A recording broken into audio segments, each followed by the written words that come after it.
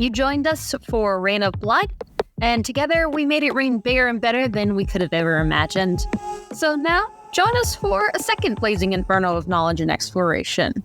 You're listening to Rain of Fire, the scorching sequel event to Rain of Blood, where we're going to delve into the world of fire play education and safety as we prepare for the upcoming Rain of Fire event. Join your host, Miss Kitten, Radically Dark, and Ember Solaris as we ignite your curiosity and stoke the flames of passion with discussions, interviews, and authentic insights from around the globe. Together, we're three flames united in one mission to make quality kink education more accessible and open pathways to conversation and connection about edgeplay topics around the world. But before we dive into these sizzling topics, a content warning. Rain of Fire discusses mature themes, explicit content, and practices related to BDSM and fire play. So listener discretion is advised, and this is an adult-only podcast. Other topics may include mental health, trauma, consent, and more. So please be sure you're in a good spot to engage in these topics before continuing to listen. So grab your fire gear, stoke the flames of curiosity, and let's embark on this crackling journey together. Welcome to Rain of Fire. Hey, fire starters, and welcome to my dungeon. I have the incredible Prml Strider with me today from sunny Cape Town, and we're here to talk to you about whips and fire whips. The noise in the background is from Sassy, his very beautiful pit bull, who is chewing on a hoof and who is helping us record this podcast. So welcome, Strider, and thank you so much for joining me today. Thanks, Miss Kitchen, for the lovely welcome. You really do make me sound better than I feel I am myself. But thank you very much for inviting me to your dungeon. We're all feeling old. It's that time of year. It's been a long one already, and it's winter here. So I think we're all feeling like we could use some warmth. Hopefully today we can chat about some things that are hotter than what we're doing currently. So for those of you who don't know me very well, Strider is my whip top, and probably my first connection with fire in the kink community. So Strider, maybe you can tell our amazing listeners a little bit about your kink journey and how you went from vanilla to BDSM. That's a very interesting question, and it could be a long answer. I'll try and keep it short. I really didn't know that I had this streak in me until I met my wife, who kind of tapped me on the shoulder one day after being in the bedroom and said, have you noticed what happens at a certain point? I said, no. She said, well, next time look out for it. That's kind of when I decided, when I picked up that I had a primal streak in me. The funny thing is, I've always had a gentlemanly streak in me, and I strongly believe that certain of the kink things come from being gentlemanly and etiquette and so on. So she kind of poked a couple of things and prodded a couple of things and said, try this and try that. And pretty soon I was drawn towards impact over everything. I tried my hand at a rope. No, stop it. I know you've been around. The funny thing is, I can't tie, but I can weave a whip. It's a very strange thing. I think whips just stand still long enough. Anyway, so we tried that, and then impact kind of was my leaning and something I really, really enjoy. Then the one day we were at a party, and I walked outside, and there was this really gorgeous, beautiful woman with this most stunning 6-foot leather whip. And I went over, I asked if I could play with her whip, and yeah, which she kindly let me. And Miss Kitten, it was just one of the most natural things I've ever done in my life. When I swung that over my head and this thing went off like a gunshot, everybody around us was surprised. No one more than me. I shat myself. It was amazing. This might sound very patriarchal, but all of a sudden I felt so much like a man. It was brilliant. And from then, I played a bit with it. And I've never left the impact side of things, but the whip really got my attention. So came home and hit the YouTube channels, as one does when one is uneducated and not knowing where to take your questions. And pretty soon found techniques, how to do it, and went off and made my first one out of insulation tape, a couple of cables, and it went off like a gunshot. And I stood there feeling like a man again. And I thought, my God. Since then, I've probably made about 30 or 40 whips. As you know, there's different types of whips. I've tried with them all.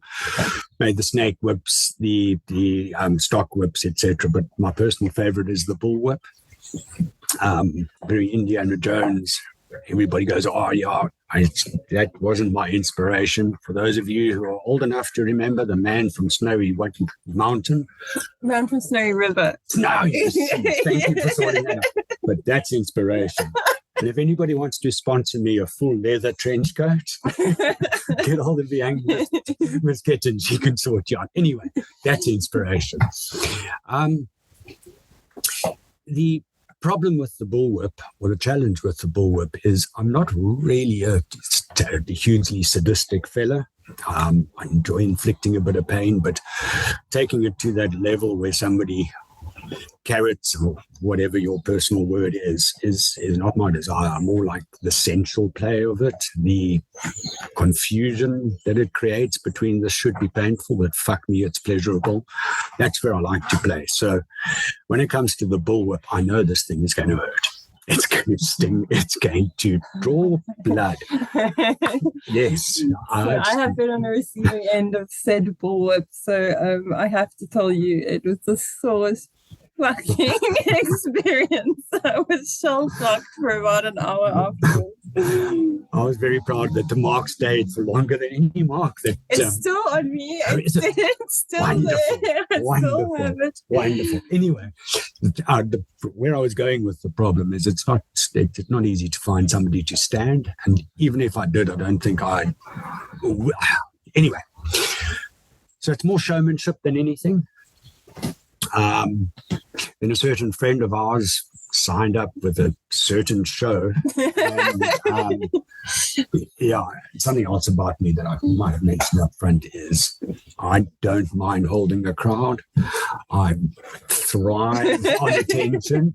And if there's a kink in there too, gladly chalk it up under my name. So when I was given the opportunity to go and play with my whips, I get paid for it and have hundreds of people go, oh my God. I jumped in it. How to translate cracking a whip, dancing with a whip into a show, especially with a kink inclination. We had to work a show into it. So we started with the balloons. Lots of experimenting with it, lots of frustration with that last freaking balloon that won't pop. Worked it into the show. We worked that one out. It won't pop. I'll go and wring its neck. And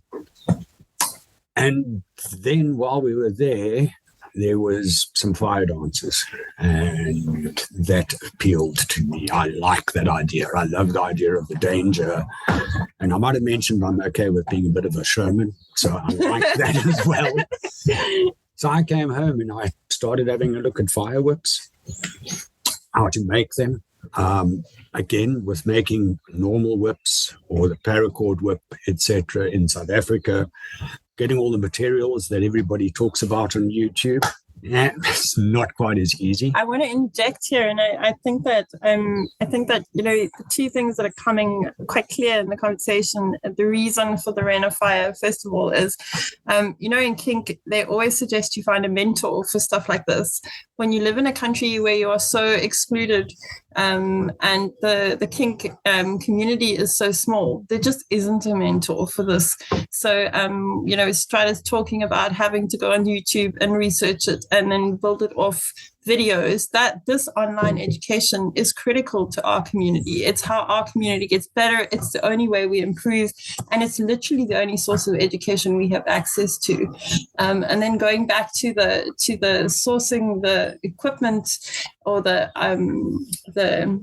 I'm going to say ingredients, but I was going to prompt you with the ingredients. Materials. With materials for these whips, and even you've heard it in Rain of Blood as well. Like, it's really hard to get the stuff. If we can get the stuff, there's generally a 6 to an 8 month wait for postage. On the other side of that, it's priced at such a point that you can't afford it. Well, we're going to say that you have to sacrifice a kidney to be able to get something from a courier. The item might be super cheap as chips. Why does your eyes sparkle when they sacrifice a kidney? You would have to sell your kidney just to pay for the postage, which makes this even harder, and which makes this journey even more special. So when Strider also talks about somebody having an idea of doing a show with a whip, and he's smiling at me, it's because I've always roped my king friends into doing crazy stuff. So I'll let you carry on. So you saw the fire, guys. You fell in love with fire. You thought fire was great. We all thought you were a bit crazy at this point. We all thought you were a bit nuts. I think we were sort of just getting over the whole whip experience, which was a bit epic. Like, what you haven't told them was like, but just walking through the crowd with those balloons on. Yeah, Miss Kitten, it's being the showmanship. It's surreal. I've pictured redoing it 35,000 times with it being more dramatic, which probably fed even more into the fact was, how do I make this thing burn while I'm doing it? But those shows were epic. They were amazing, and you were gorgeous up there, by the way. I was terrified, and so you should have been. I was terrified, and I don't think I'll ever forget staring lovingly into your face, begging for safety. I only struck you once, and I got better at it. And I'll wear my scar proudly. But But even on that, Kitten, if you remember, the first time we did it, we just strapped you with a piece of string, just cord, and we realized that wouldn't work. So then we went off and we fashioned those first harnesses out of webbing. Do you remember the first time we did it? I had a colander, plastic colander. I do. That I couldn't get hit with a whip. I was so scared. But it was such a great feeling, and it was definitely teamwork. It was definitely probably a 3-month project. It was in iterations. It was that didn't work, or they kind of worked. Let's try this. The colander became a face mask. That was a positive move, I think. In fact, eventually we got so slick at it that the most difficult part was lifting you off the table without me falling over, because I had such an adrenaline rush and my heartbeat was that came down to being the most difficult part. But anyway, so then I started having a look at how to make this thing burn, how to make it flame, and again, as you said, and as I've said, you can YouTube all you want, but you're going to hit ingredients that you just can't source locally.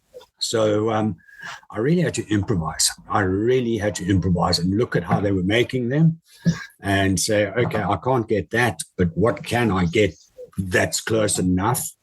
And replaced it. And so I went.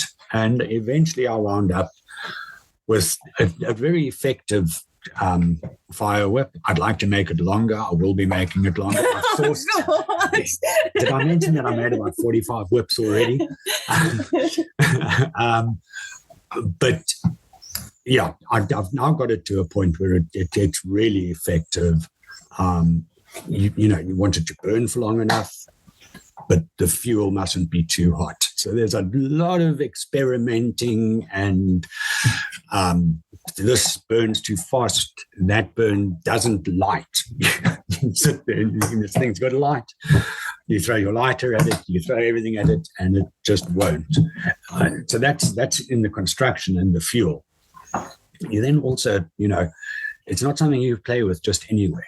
You've got to think about where, how, who. there's the safety factors that got to come into it. I think the whip as a tool on its own is, especially that bull whip as a tool on its own, is difficult to play with anyway, especially when you live in South Africa, because it dinkum sounds like a gunshot, and we are gunshot trained in this country. So the neighbors come out with their AKs and their shotguns, and you have a riot on the street in 2 minutes.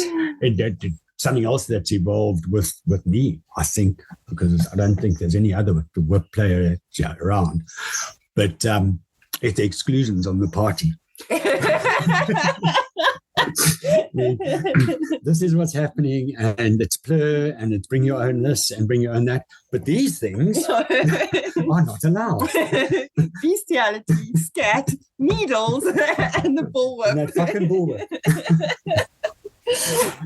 Which is actually a kind of wear it proudly. I think it appeals to the showmanship in me. So then we got to that, and one day again I lit it up and we were playing, and at the same time I had my friend Howler already in a balloon harness, because we were going to do the balloon and bullwhip play after I'd shown the crowd some fireworks.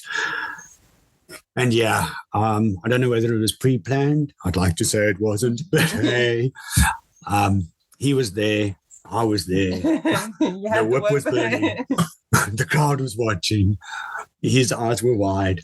I wanted to see if I could make them wider. And I popped that first one with the firework. He knew that we'd spoken about it.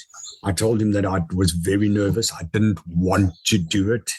He'd given me the permission to do it. I'd said, no, I don't trust this. I think it's a bad idea at this point. But after I cracked the whip 3 or 4 times, the excess fuel isn't there anymore. It's not. I know exactly where the tip is. Yeah, so what they were talking about and what I've learned, because we've had no huge fire education, so I'm going to give you a little bit, because these great guys that have been chatting to me have given me some burn education. So your burn has 3 stages. So the first stage of your burn is where you want to use it for fire massage, where when you trace the torch or the whip over something, the excess fuel runs off it. And you can see that burning. It burns almost a bigger flame. It burns almost a different color, and it's slightly higher. Stage 2 of the burn is when it's only burning on the torch or your whip or whatever. And this is exactly what you're talking about now, where the excess fuel has burnt off. And then stage 3 is when it starts to flicker. It's not burning thoroughly all the way through. Hot.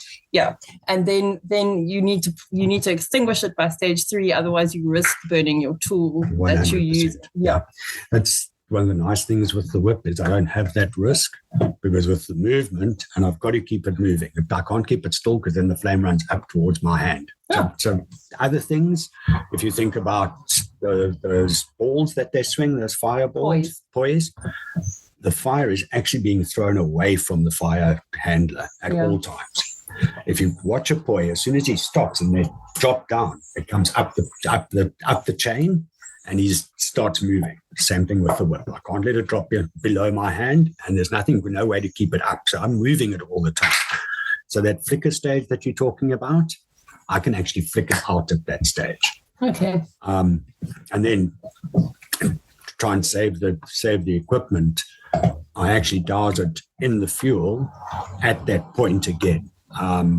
The fuel isn't flash fuel. It's not going to flash with a small coal, and it douses and it stops it from perhaps smoldering after the fact. And it also saves it for further use, because the fuel has got almost like an oil quality to it. Oils, inverted commas. Lubricates. It keeps it moist. When you lift it out, it oozes on. Stop it.